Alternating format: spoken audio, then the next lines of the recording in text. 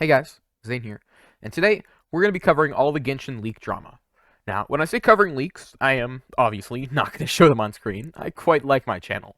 Instead, I'm going to be talking about what's been happening, why these leaks have crossed the line, what MiHoYo's doing, and trying to give some context to this entire situation. Because given that these are, leaks, they're all kind of hidden and spaced out online. And so I kind of want to paint a complete picture of what's happening here. I'm not going to tell you who's in the right or who's in the wrong. I'm just going to try and give it as non-biased as possible. So without further ado, let's get into it.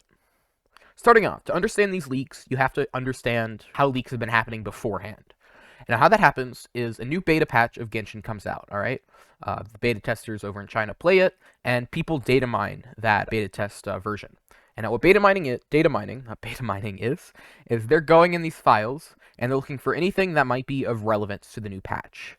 Maybe you're looking at, like, the name of a file, right? It may tell you, like, an ability description. Maybe you went to the files and you found a 2D splash art of, like, a new character. Stuff like that. And now, as the beta goes on and on, you start getting, like, bigger leaks, right? Maybe someone who's on the beta server released a video of, like, one of the new characters' attacks, something like that, right? That usually happens about, like, halfway through, two-thirds through, and you'll see Twitter accounts like Lumi and whatnot start kind of picking those up and posting them. That is what normally happens. And now, MiHoYo, they don't like it, but they tolerated it, because it was already kind of through the main part of the patch, and it gave people something to look forward to for the next patch, so it wasn't a huge deal. So, what's different about it now? What's different is a new third party has appeared. And what this third party did was they got a developer's version of the game. And now what that means is they got to go in, like, basically as a developer, look at, like, splash arts and sprites, all of those things, and all that got released immediately. The day that 1.4 came out, the 1.5 leaks were already spilling out. And now, that means the people who normally data mine, what they either have to do is they have to release a bunch of stuff, like, to keep up with this guy leaking, or they have to basically be irrelevant. A lot of them chose to keep their mouth shut, some of them didn't. And what happened was we got a ton of leaks at once. Now, MiHoYo saw that this guy was releasing, like, official, like, developer stuff, not just, like, data mine leaks, and immediately they went into panic mode. They released a tweet that you see on screen right now, and basically they're just saying, like, we see these leaks, we're going to do everything in our power to stop them, and if that means legal action, then legal action we shall take. Now, for people who are leaking, not necessarily just the developer, the person who's got the developer key at least, this is a big problem. And so a lot of people who normally leak or who data mine are very mad at this developer because basically, or I say developer, we don't know who he is. He could be a developer, he could be someone who just downloaded a developer key that he, like, took from someone, hacked from someone, whatever. We don't know how he got it. But a lot of the data miners are mad at this man because basically they could get sued because of it. Now, for the ones who kept their mouths shut, they'll probably be okay. A few big name ones might be under fire. Names like, again, Lumi, that are kind of quote-unquote household leakers, like, that everyone knows, might have a little bit of trouble, but they're usually smart about how they do it. Otherwise, they wouldn't be around for very long. So hopefully they'll be okay. The problem is that developer, MiHoYo, saw this, and they realized that this man was going to cost them money. Now, how is leaking ever going to cost them money? It's just building up hype, right? That's where you're kind of wrong. Let me try and explain what MiHoYo was doing with the 1.4 patch. And I'd say this is just suspicion, but it is basically accepted as near fact in the community.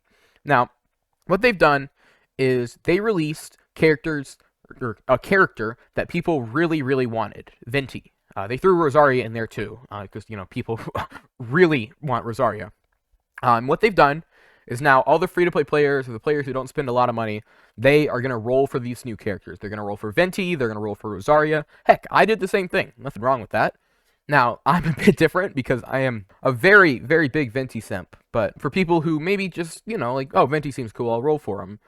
When the next patch comes out, and this next patch, without going into too much detail, has some very interesting new units that seem pretty powerful.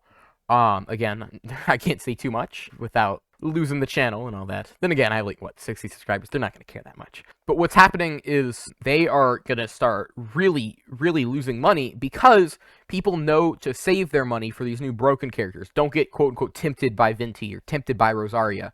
Just save your Primogems for this next update, and boom, you are going to be in the golden land of OP units. And now that means instead of people swiping to get those new units because they spent their Primo Gems on like Venti and Rosaria, they're going to have it saved up, which means MiHoYo loses money, which is why we're seeing this, like, basically this developer leaker poke the hornet nest that is MiHoYo in their money. And so they are taking every possible action against them. When they tweeted that out, a lot of leakers took that as a challenge of sorts, and we got more leaks. Kind of started like a war almost. After that tweet went out saying, don't do this, don't leak, we're gonna sue you. We got more leaks, which is escalation at its finest. Personally, I don't care one way or another. Like, yeah, Genshin's losing money; they have every right to go after it. But at the same time, I like leaks. But that is where it stands as of right now. If/when we do get new information on this, I am definitely going to talk about it again because this is big news, to be quite honest. But yeah, I'm going to end it here for now. But yeah, make sure to like, subscribe, hit the bell, mother's maiden name, all that jazz. So if I do release a second part, you'll know and you'll be here. Yeah, without further ado, I'll see you guys in the next one. Thanks, and bye-bye.